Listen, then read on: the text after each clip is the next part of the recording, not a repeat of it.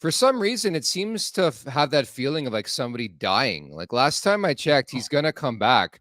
It just shows you that people have absolutely zero belief in Ilya Samsonov. And again, we've had this conversation throughout this season, but also Martin Jones, I think, deserves a lot of credit. Talk Leafs fans off the ledge. I don't know. People are going to say, oh, it's a small sample size. Come on, relax. But that's my point with this thing.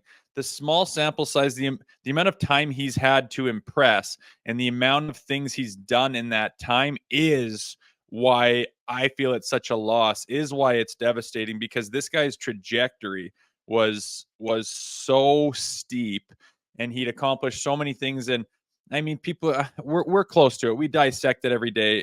People are going to say, oh, what the hell did you do to win your Stanley Cup? It's like, hey, relax, dude. I'm talking about a young kid coming to the playoffs last year, huge expectations, check mark.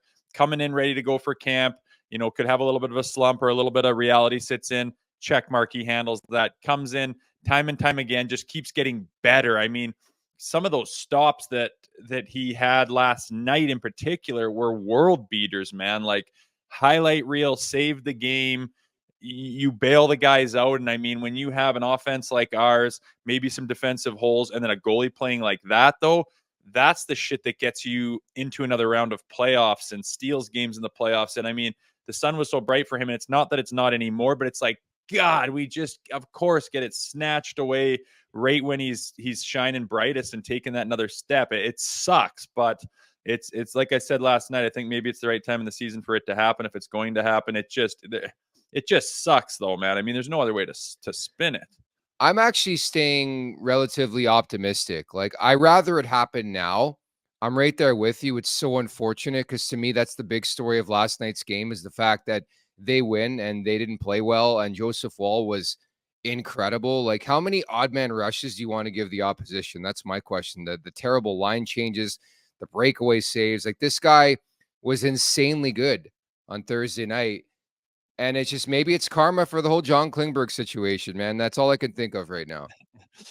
Yeah, I don't know. It kind of overshadows some piss poor defensive play, doesn't it? Yeah. But at least it's something good to talk about. At least it's not in the back of your net every single time, and you got a guy capable of keeping you in a game, obviously, which is what these guys have needed. And it came from within, which is fantastic. And go down the line for 25 years if you want and see, who the goaltenders have been and who's stepped up to expectations, who's been the world beater. There's not a lot of them. It's a tough market to play, especially that position. And it just seemed like this kid's kind of built for it. He's been prepping for it.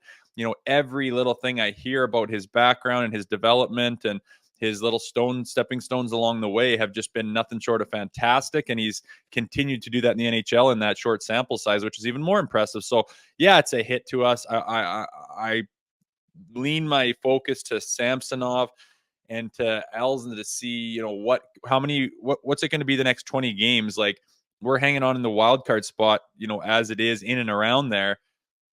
Are we going to go 500 or can we go 750? With these guys, what's Sammy going to do? Is he going to step up, or is he going to continue to struggle? It's all yet to be seen, but not the position you want to be in right now. Also not the end of the world. So you got to kind of keep things in perspective, say this shit happens. It's not like this happened in early April. Temper your expectations, but man, he was on fire there last night, and he's played fantastic, and he's going to be out for a considerable amount of time is my best guess. My notes were funny last night. It was like, Woll robs Tarasenko. Woll robs Tarasenko. Woll robs Matthew Joseph on a breakaway. Woll robs Josh Norris. Like, it just kept going and going. And I'm like, here we go. And the worst part about it, they go to TV break right when Woll goes down. Like, hey, we back here from Canada. And it's like, how? Like, I need that camera focused, absolutely focused on Joseph Woll until he leaves the ice. Then they come back. Of course, you got Revo there helping him to the bench. Can't put any weight on his left leg. And it's like, man, this is just so typical Toronto. But again, if there's an injury to happen, I rather it now. And again, last time I checked, I brought this up like a month ago.